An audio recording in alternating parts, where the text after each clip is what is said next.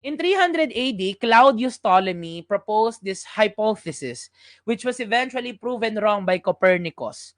A. The Earth is a round planet. B. The Earth revolves around the Sun.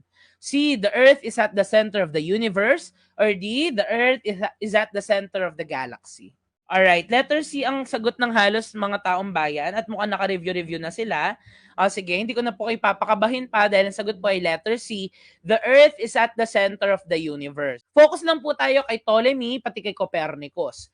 Pag sinabi po nating Ptolemy, geocentric po ito. Kapag sinabing geo, Earth, di ba?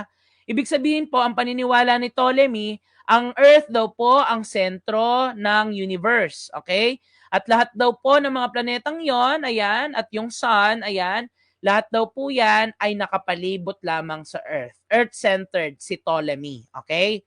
Gusto nating sabihin kay Ptolemy, Tol, magbago ka na, hindi na ganyan ngayon, no? O, wag po kayo papalito, okay? Tol, Ptolemy, Tol, magbago ka na. Mali yung pinaniniwalaan mo. Dahil ang tama po ngayon at ang cosmology po na sinusundan natin ay ang kay Copernicus. Kaya siya Copernican. It's the heliocentric. Ang nasa gitna po ng universe ay ang sun.